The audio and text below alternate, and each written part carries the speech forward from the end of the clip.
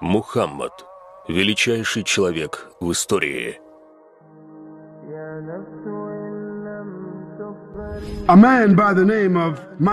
Человек по имени Майкл Харт сказал. А, кстати, кто такой Майкл Харт?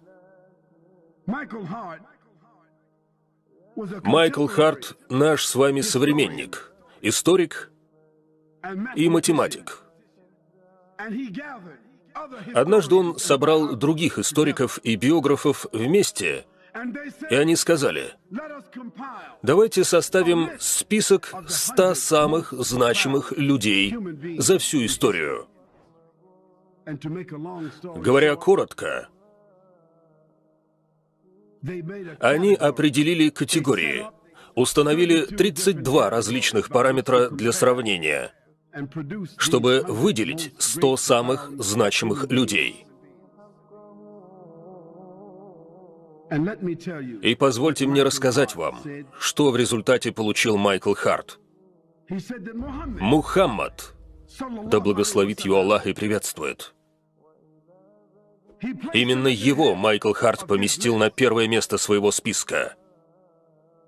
Его коллеги ничего не могли возразить, потому что в соответствии с их же параметрами это было заслуженное первое место.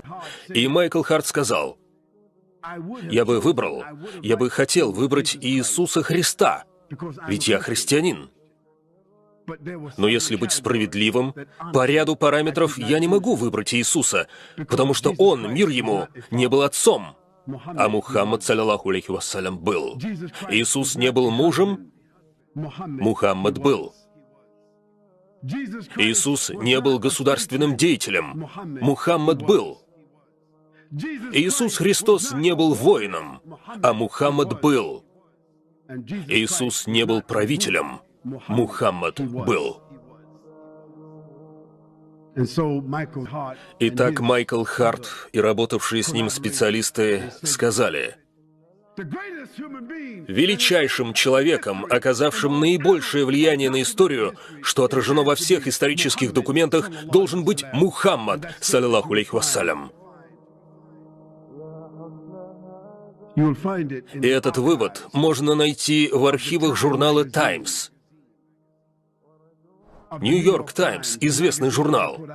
Вы можете прочесть об этом в их архиве. Можете найти эту книгу здесь, в Австралии и в других странах. Или можете зайти в интернет и вбить имя Майкл Харт. Вбейте в поисковик это имя. Вы найдете и сами все это увидите.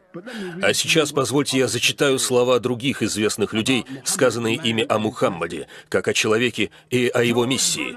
Джордж Бернард Шоу сказал: если бы человек, подобный Мухаммаду, саллаллаху алейхи вассалям, сегодня был бы наделен абсолютной властью и правил бы в современном мире, он бы смог решить проблемы и привел бы людей к счастью и миру, в котором они так нуждаются.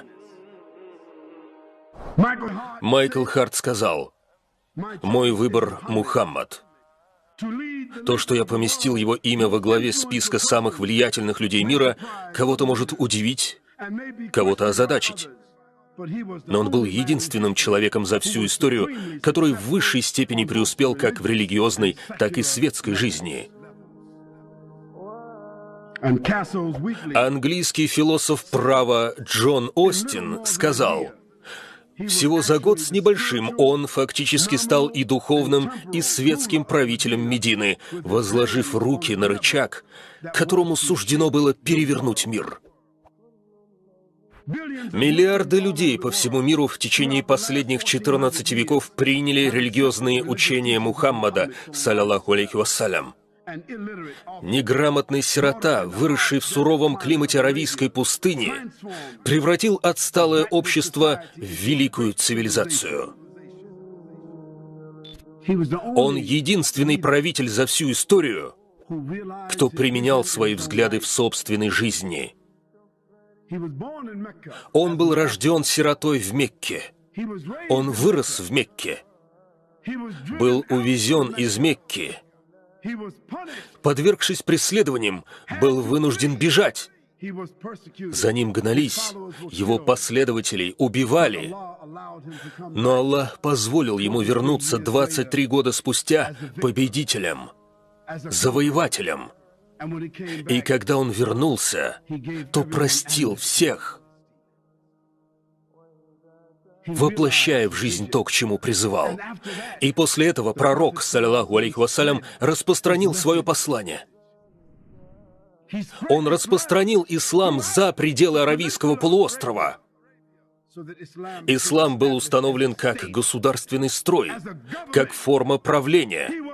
Он был правителем, но продолжал есть, пить и одеваться точно так же, как делал это раньше с рождения, с юности. Посланник Аллаха, саллаллаху алейхи вассалям, был справедливым и честным. Он не обогащал свою семью, он не раздавал друзьям, он не судил в пользу тех, кто ему нравился, и не судил против тех, кого он не любил, подобно тому, как делают короли, президенты, председатели, богачи или судьи сегодня, и как те, кто вершил подобное все прежние времена. Он был человеком из этого мира, но постоянно думающим о мире вечном, потому что Аллах, субхану ва тааля, не спаслал ему аят.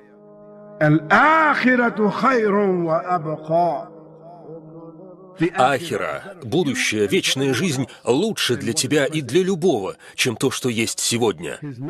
Его посланием было призвать человечество к поклонению Создателю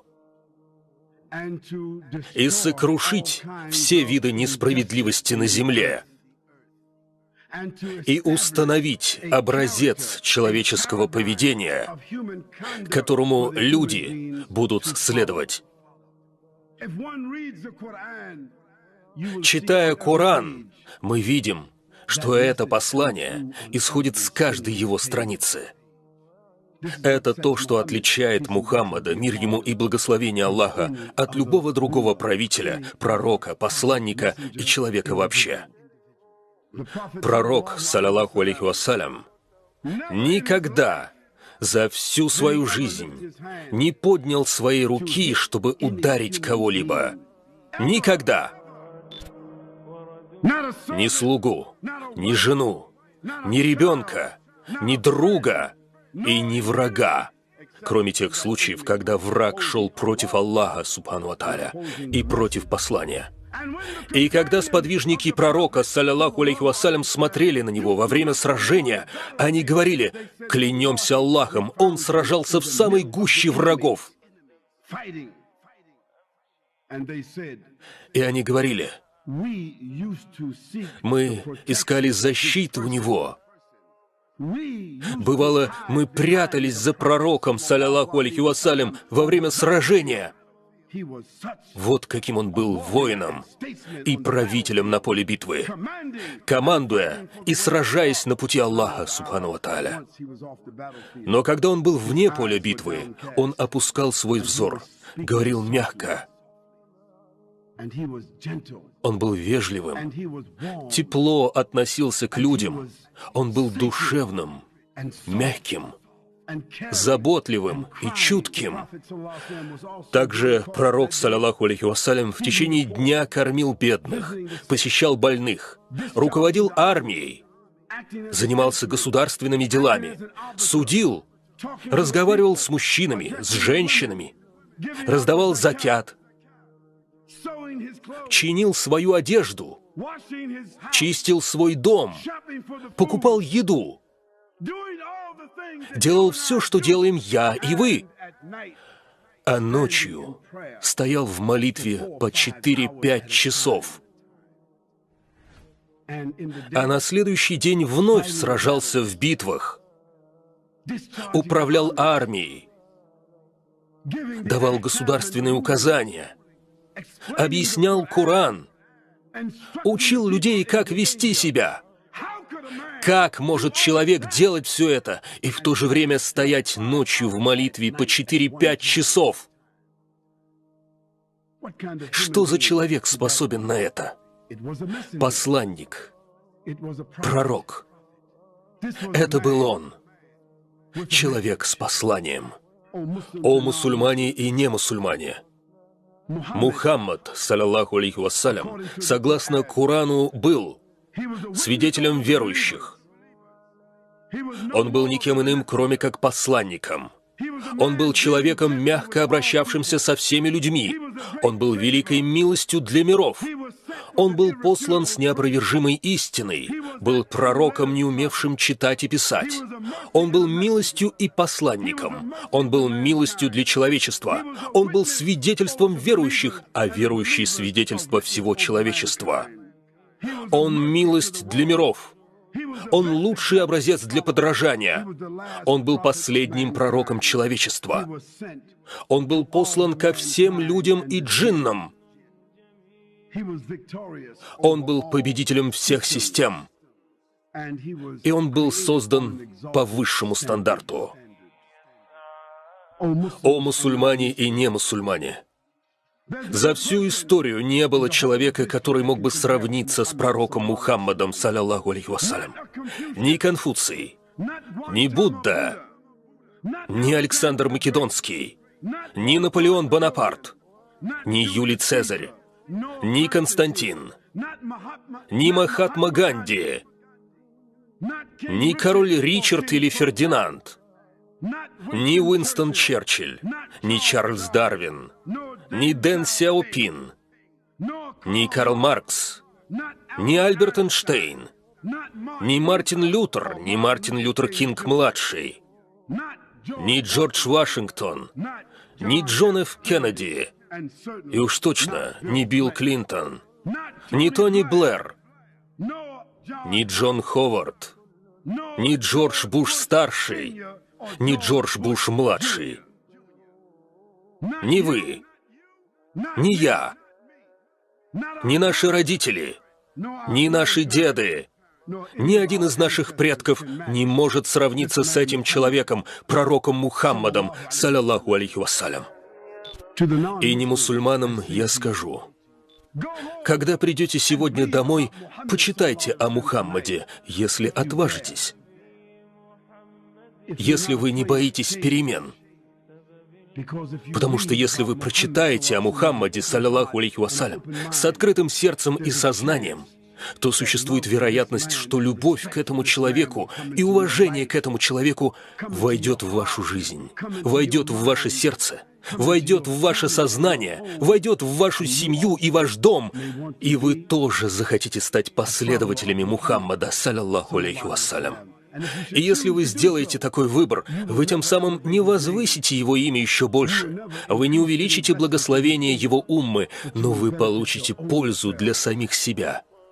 И поэтому мы приглашаем вас принять, понять и уважать этого человека, Мухаммада, саллаллаху алейхи вассалям, и его послание.